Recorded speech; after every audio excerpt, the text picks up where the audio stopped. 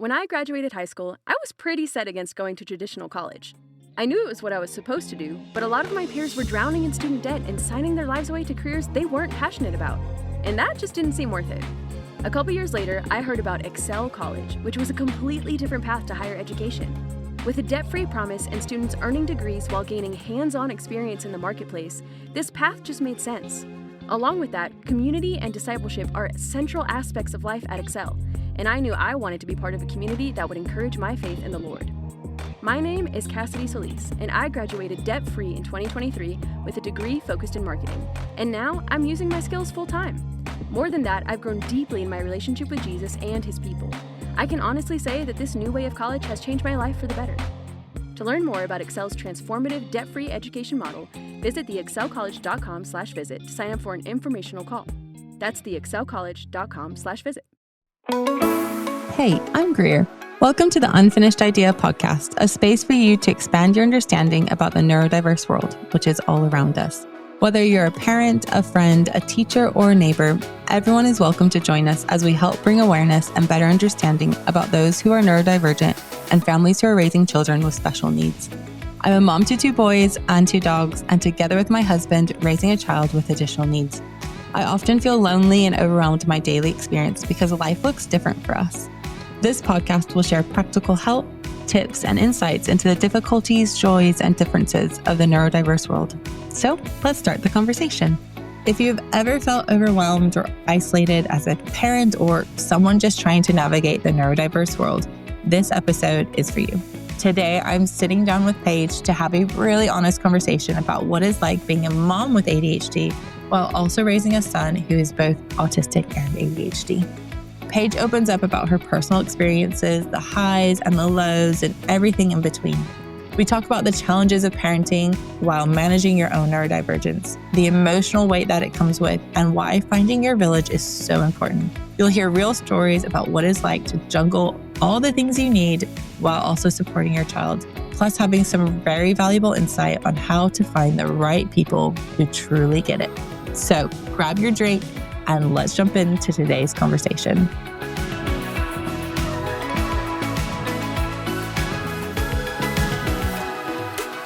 Well, Paige, you have started a kind of community online, and I would love for you to talk about what is that kind of community? What does that look like? So I started the Autism Moms Club, and really all it is exactly what you said. It is just a community, and I also like to just call it a safe space for moms with neurodivergent children. I know it says Autism Moms Club, but anybody with neurodivergent children is welcome, but including moms who are neurodivergent themselves, like me.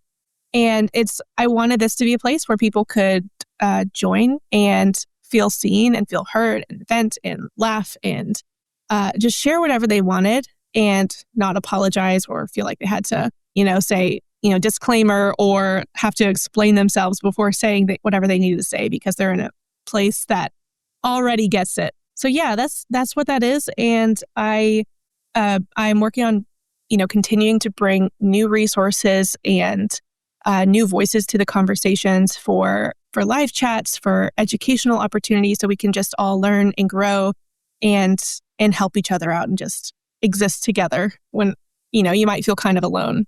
Yeah. Why did you start it? What was kind of your passion behind starting it? Truly, and I actually say this in my community description because I was so lonely when my son got diagnosed, and even before, because I knew that something was off. I had a feeling he was on the spectrum. It was very isolating.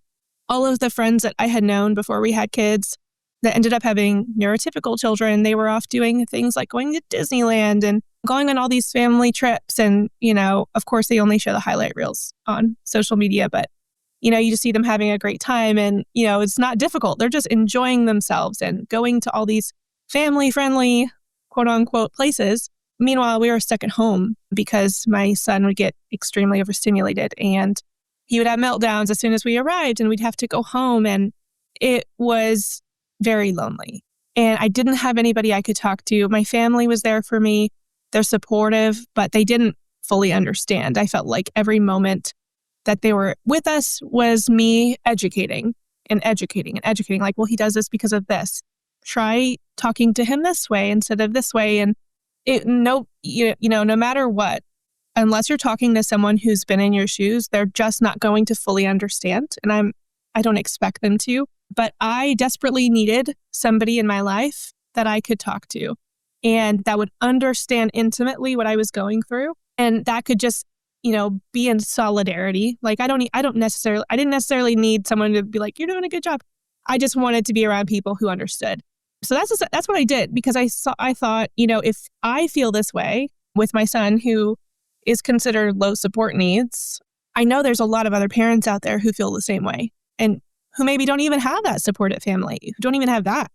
So I wanted to make this space just for us so we could have a place that was judgment-free, that we could all just join together and know that even if you're not active in the community, it's there for you when you need it.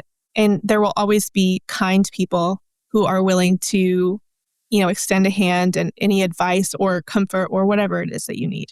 So it was selfish initially, to be completely honest, but in realizing that other people needed that, and I realized I'm like, I need to do this. I mean, I know that there's people that need this too. Yeah. What's your favorite thing about having the Autism Moms Club? I love getting to connect with other moms. Like, it has been so fun. I talk to so many moms in my community, in my DMs now, and we just chat as if we've been friends for a really long time.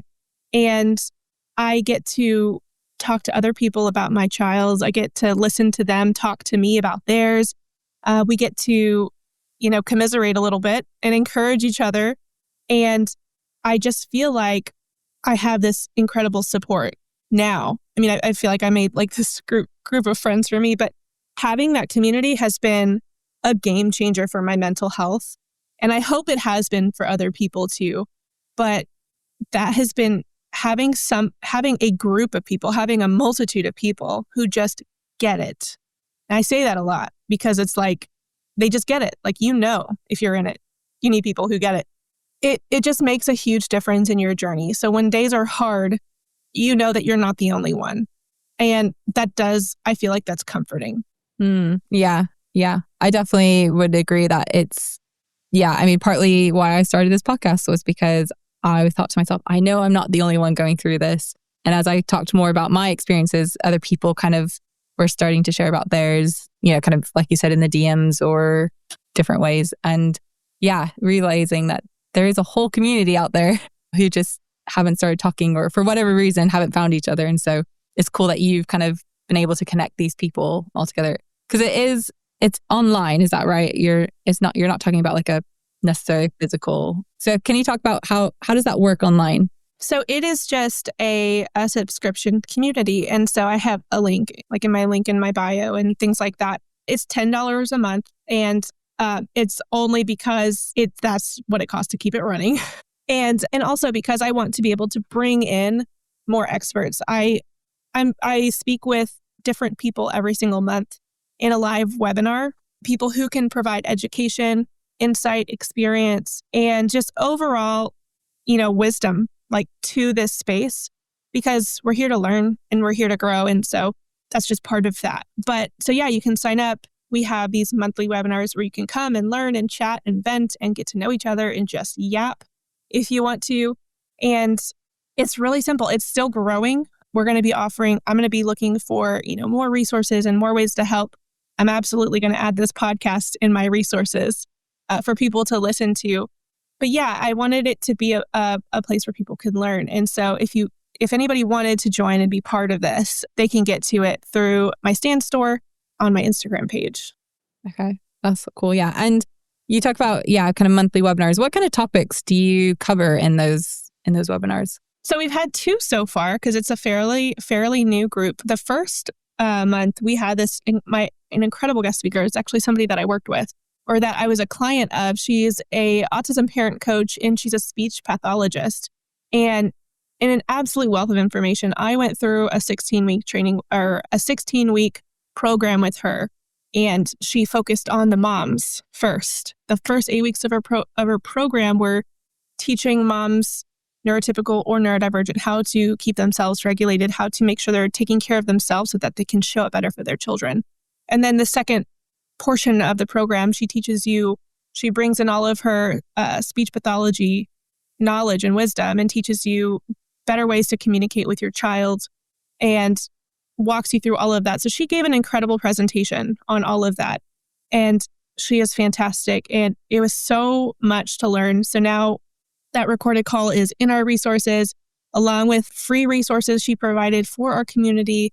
And the second month was a motivational speaker. And he is actually an autistic adult. He was incredible to talk with. He shared his story growing up autistic in a time where autism was not really spoken about and it kind of was not looked at nicely back in the 90s, early 2000s.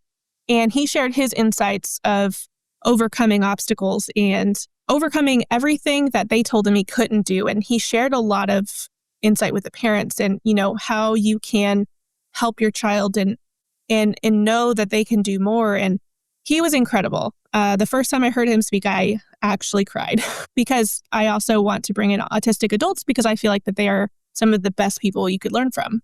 Yeah, that definitely sounds like you started this community online. People are joining, you have experts in. What is the one thing you've learned since kind of starting this community and being part of this community? Oh, I've learned so much. Not only have I learned, just from people who have more experience than I do, but I have learned that I still have so much to learn and that you will never know it all. And there is no finish line to raising neurodivergent children or raising yourself as a neurodivergent adult. It's just a continuous learning process. That's what I've learned the most. And also to take other people's experience seriously and not just say, well, you have a different experience. That doesn't apply to me. I believe that you can learn something from every single person, no matter what. Everybody has something that they can teach that you can learn and apply to your own life. And so that's what I learned. I've also learned that there's a lot for me to unlearn just in the way that I was raised and the parenting that I was raised with. Nothing wrong with it. It's just very different than what I do now. It's funny because I have a community because I am typically a lone wolf by nature. I don't like to ask for help. I don't like to show my vulnerability to other people. I don't like to let people know my weaknesses. That scared me a lot. And by showing up and being vulnerable and, allowing myself to be part of a community, much less start one, has been life-changing for me. I truly believed I didn't need help until I really did. And I realized I cannot do this on my own. I can try all I want, but doing it on your own is it's the hardest way possible. And so I will never not be in a community or start a community community will be part of my life forever now. Yeah. What would you say to the mom who, like you before this, was like, I don't need help. I've got this. What would you want to say to her now? I would say, I know that you can. I know that you do got this and that I think you're probably doing an incredible job, but it doesn't have to be as hard as you're making it or as hard as it is right now. You don't have to do this alone. There is no shame in asking for help. There's no shame in admitting that you have a lot to learn and learning from other people, even if it's uncomfortable, because it is uncomfortable. It really, really is, especially for someone like me. So I understand that intimately, but I think you get to a point where you realize it's just not worth the energy trying to do it alone. And it takes a village to raise neurotypical children. It takes an entire city to raise neurodivergent ones, especially if you're neurodivergent yourself. It is hard. So don't make it harder than it needs to be. Your energy is precious and you deserve to have rest and to have people in your corner and to have help. You deserve help. And I think that's what moms forget or don't really believe, that they deserve help. I sure didn't for a long time, but don't be afraid to reach out. Don't be afraid to ask. This is what we're here for. We have to stick together. We need to. It's just, we're not meant to do things alone. Hey friends, I'm Annie F. Downs, author, speaker, podcaster, and part of the That Sounds Fun network. And I'm a big fan of seeing God move in our everyday lives.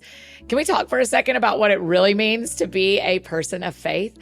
It's waking up every day and choosing to trust Him, even when life feels uncertain. It's standing firm in truth, walking in grace, and knowing that God is always with us. But I know staying rooted in faith is not always easy. At least it isn't for me. And that's why I love Glorify, the #1 Christian devotional app designed to help you start, grow, and strengthen your relationship with God every single day.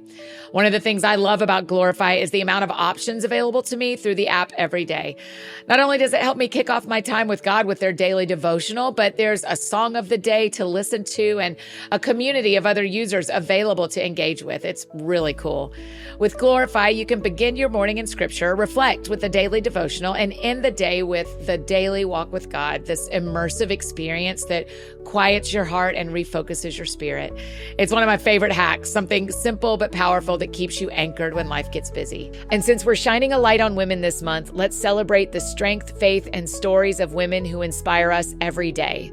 And for the men listening, think about how you're uplifting the women of faith in your life. Join me and over 20 million believers who have found encouragement through Glorify. Download the app today at glorify-app.com/podcast, and let's keep walking in faith together. Again, that's glorify-app.com/podcast. This episode is brought to you by Indeed. When your computer breaks, you don't wait for it to magically start working again. You fix the problem. So why wait to hire the people your company desperately needs? Use Indeed's sponsored jobs to hire top talent fast. And even better, you only pay for results. There's no need to wait. Speed up your hiring with a $75 sponsored job credit at Indeed.com/podcast. Terms and conditions apply. I agree. Like, doing things alone is okay, but it's not great. That's, I think someone had worded it once to me, like, it's okay to do it alone, but it's not great. Because like you said, we're not meant to be alone. We're meant to be in community. And I know for me and kind of our experiences is our village can get small very quickly because of needing extra help or needing extra support. But finding a community that gets it, like you said, you don't have to put any disclaimers out there or whatever, has been kind of changing. It has been life-changing for me, and kind of finding this little group of mums who all their kids go to the same school as my son. So we kind of see each other a bit more regularly, and just knowing like, we can just put in the WhatsApp group, hey, we made it to school on time today, and know that all the moms are going to cheer you on for that, because some days that's just like, that's a win. Yeah, exactly. A win is a win. Or I remember one day putting in it's very common in England for kids to wear uniforms, and they're itchy. Like even, neurotypical kids find them itchy, but my son decided to wear his, he doesn't always wear his uniform trousers. And he did. And I put it like a picture of just his like bottom half into the group chat, and was like, he's wearing like uniform trousers. Like, and they were all like, yeah, this is oh man, knowing that I could do that. And they were all cheering me on. It's just, something special about that. They understand that that's not a small thing. And I think, because I know that there's so many moms out there too, who are like, well, I don't even have a village. Like I can't trust anyone to watch my kid. There's no babysitters who are up to the task who I feel like I can trust. And I completely understand that. My own children's grandparents didn't feel up to the task for a long time. And so it's hard not having that physical village, and maybe you are doing it alone. Maybe you're a single mom, handling this all on your own. You're an absolute superhero. And even if you don't have those people in person, like you said, just having a group text, having people that you can just check in and share with, and share those wins or commiserate, and whatever it is, having that is going to be huge. Just to know that you have an outlet full of real people, even if you don't have them at your disposal physically. Yeah, exactly. And kind of, as well as that wealth of knowledge, we all, like you've kind of said, we all come with experiences and kind of different knowledge sets, and being able to ask questions, is such a Like I just, there's times where I'm like, how would you deal with this situation? And they'll come back with like, oh, we went through that last week, or this is how I do, and just being able to collect that. And, not every situation is the same, but equally there's kind of little threads or strings that are similar, and I can, kind of pull out that. And so, yeah, having communities definitely changes a lot of things in our life. And like you mentioned mental health as well, knowing all the mental, like just there's a mental load that mums, I think in general carry, but then also neurodivergent mums kind of carry a bit more because of all the extra stuff, whatever that is. Oh, yeah. All the extra appointments and meetings and yeah, appointments, meetings, just remembering, is your kid dressed appropriately for school? Like, did we schedule a dentist appointment for 6 months from now? Or, do I need to talk to my kid about a certain behavior? And then you have all of your own things, your own thoughts and what you're working on and yourself swirling around.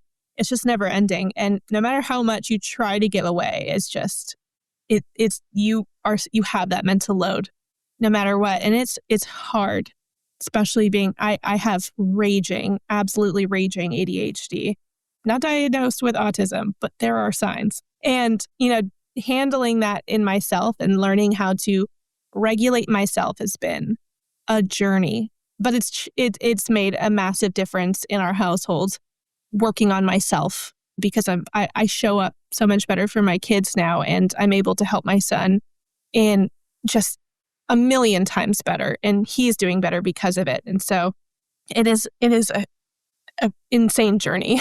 Yeah. How, like, to the person who's listening who may not be raising a neurodivergent child or may not be neurodivergent themselves, what would you want to tell them about community and kind of how they could help support maybe someone who is? I think that's a really good question. And because this is something that I had a lot of questions about myself when my son first got diagnosed and we had definitive answers. I grew up in a family, and my husband did as well, that kind of looked at the word autism as like, ooh, that's not a good word. Or when I voiced my concerns or that I suspected autism, they would say, don't say that. You don't want to say that, because it was kind of like a dirty word, I guess. That was a worst possible scenario, our parents, and they just didn't understand. So what I did and what I encourage, anybody else to do is just come at it gently and not expect people to understand what you're going through. Don't expect people who do not have children with autism or neurodiversity or neurodivergence, or, don't know anybody who is neurodivergent. Don't expect them to know. It's not fair. Instead, just go forth with kindness and grace and educate them. If they have, just be like, this is how my child is, and this is why, and here's how we can go about this. And, here is how this child responds to XYZ, and just teach them kindly. I feel like in this space, whenever I kind of threw myself into the online space, I noticed that there is some negativity in the autism parents, because, and I don't blame them for it. I really don't, because, it is hard when people don't understand your child and they are quick to judge. It is frustrating. It is heartbreaking for your child, but nothing is ever achieved by, just expecting things of people, or being unkind, or snapping at them, or, just coming back with, whatever. That doesn't teach them anything. It closes people down to learning. So I encourage you to go forward, just fully expecting people to not understand, and just educate them gently. Say, this is my child. This is how they respond. This is how they are. This is why. And that way they can learn, and there's no animosity. There's no tension or judgment, and everybody can learn and grow. And that has been amazing for us. So I'll give you an example. My dad, my sweet dad, he is an old German man who is just noise. He's also sound sensitive, just like my son. And, when we were growing up, he would just be like, quiet down. I can't even hear myself think. And he would just shut it down, and he kids are just being kids. Kids are throwing fits. It just needs to be shut down. And that works if you're neurotypical sometimes. But he would approach my son sometimes the same way because he is a screamer. Emotional regulation is not his forte. And my dad would kind of just snap a little bit because he would get overstimulated. And instead, I was like, you know what, Dad, this is actually not a fit. This isn't a tantrum. This is him being overstimulated. He does not know fully how to control or regulate his own emotions right now. And in fact, yelling at him just heightens it because he's in fight or flight. And he is not thinking logically. And so you cannot speak to him logically. And my dad, who is a wonderful dad, and just, he listened and he said, oh, that's not a tantrum. It's like, no, that is what we call a meltdown. That is his loss of control over his body. And it's not something that he can fix. And since then, my dad understands, and he is a lot gentler, and he isn't just quick to assume that he's just throwing a fit. And that has been the biggest game changer in our family and with our friends. I just teach them. I don't get mad about it. I just move on. And then we can all be better from there. Yeah, that's really wise of, like you say, kind of being gentle when you're having those conversations and not kind of just like, as much as they've potentially hurt you or offended you, you kind of are responding more in gentleness, which is not easy. That's not always easy. It's really not, because, we're mama bears. Like, we're protective over our children. We don't want them to get hurt. We don't want them to be misunderstood. We want an inclusive environment. But, and I've said this before, inclusivity starts with us being willing to teach. And we can't take everything so personally, even if it was meant personally, because that is what's going to allow us to be able to give that grace. And it is not an easy thing to do. It is easier said than done, because I have definitely gotten catty about it before. But then I had to rein myself in and realize that person who frustrated me with their lack of knowledge, I don't want to say ignorant, because it's not ignorant. It's just lack of knowledge. Ignorant implies that it's purposeful. She didn't know. She didn't know. She truly didn't. And before I knew about autism, before I had a child with autism, I can't say that I would have said something that would offend somebody else without meaning to, simply because I just didn't know. So that's kind of how I look at it. Just assuming the best in people and assuming they have the best intentions just makes your life more peaceful, and it makes it a lot easier to advocate for your child without, getting too upset about it. Yeah. And sometimes it's even just taking a minute to like count to 10 and then responding and not Absolutely. having to like just pause. What would you want the world to know about neurodiverse people? I feel like so many people would answer this differently. They're just as capable as everybody else. I know people are torn between like the word disabled or differently abled, and everybody prefers different terminology. I really don't care about the terminology at all. Throw the terminology in the trash, because it doesn't matter. That's in my humble opinion. I don't think terminology matters at all. It's just a way for people to be able to categorize things and topics and people. It's just the way that we function. But their brains just work differently. Our brains work differently. It doesn't mean that they function less. It doesn't mean that they're less capable. It just means that they do things in a different way. Is a disgusting metaphor. But like, when people say, there's more than one way to skin a cat, that's how our brains are. We may not go from, A to Z. We might go through, take a whole bunch of different routes to get there, but who cares if you get to the end? That's kind of how I look at it. And we all have different strengths. If you're neurotypical, you're going to have different strengths than other people. It's the same thing. We're all just unique. And I also firmly believe that we are all fearfully and wonderfully made. And I just want, if anything at all, people just think of that first and not put so much emphasis on the words like neurodivergent or autistic or ADHD. It doesn't matter. We're all just different and fearfully and wonderfully made in God's image. Yeah, we talk a lot about, especially with our son, like about how we're all made for a purpose. And the idea that, you know, our purpose is different. Like each person has a different purpose and how we do that is it's just different, and that's okay. And yeah, I like that idea that, we are all wonderfully made. That's a really, really nice idea. And because, I mean, you see, you know, these children who are neurodivergent and adults who, you know, they may struggle in certain areas significantly, but they also thrive in others, and they are incredibly brilliant in their own way. And that's the value that they bring to the table. Everybody brings something to the table, and that's theirs. And instead of seeing their deficits, if we just focus on everybody's values and their strengths, like, I just feel like it would be a much more peaceful place. And we wouldn't have to have this conversation as much of inclusion and just making sure everybody feels seen and just treating everyone, no matter what, the same, like, you know, equally. Yeah, I always think of an example that happened about a year ago. I asked my son to put all the balloons behind the chair. I think it was his birthday actually, but you know, I would have done it one way and he did a completely different way.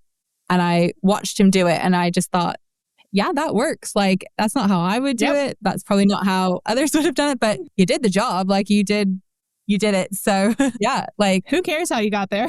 Like you say, we got there in the end. May not have been the route I would have taken, but hey, we got there and, you know, it works. Exactly. So, well, thank you very much, Paige, for joining us on the podcast today. Thank you so much for having me. It was so much fun to get to talk with you. And yeah, I look forward to hearing the playback.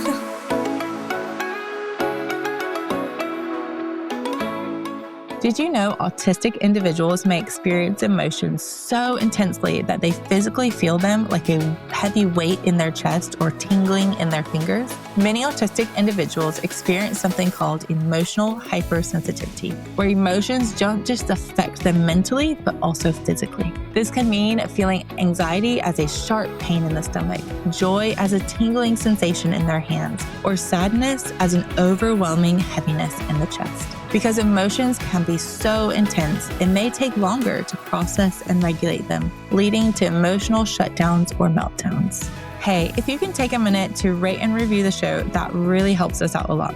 It just means that new people can find us, learn about the show, and join in the conversation. We'll see you next week.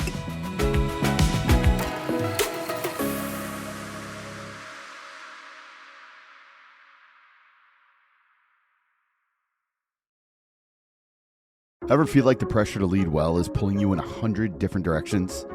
Like you're running on empty but can't afford to stop? I'm Tony Miltenberger, host of Follow to Lead, a Christian leaders podcast. And my mission is to help Christian leaders become more conscious and intentional, rooted in faith, grounded in values, and secure their identity in Christ. We do this every single week through interviews with some of the world's best leaders who share their insights on personal growth, resilience, and faith-filled leadership. Plus, I offer quick monologue episodes that cut straight to the core of the issues that you're facing every single day. Whether it's releasing control or leading through uncertainty or just finding peace in the midst of the chaos. If you're ready to lead with clarity, confidence, and deeper connection to your faith, join me on Follow to Lead. That's follow the number 2 lead wherever you get your podcasts, or connect with me on Instagram at TWMill. What if more important than being right is how we handle being wrong?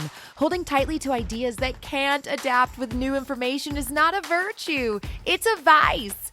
I'm Heather Thompson-Day, and I'm inviting you to join me over on my podcast, What If I'm Wrong?, where I'll be your guide through real-life questions. Okay, today we have a submission story, and it is wild. Subscribe to What If I'm Wrong?, available wherever you listen to podcasts.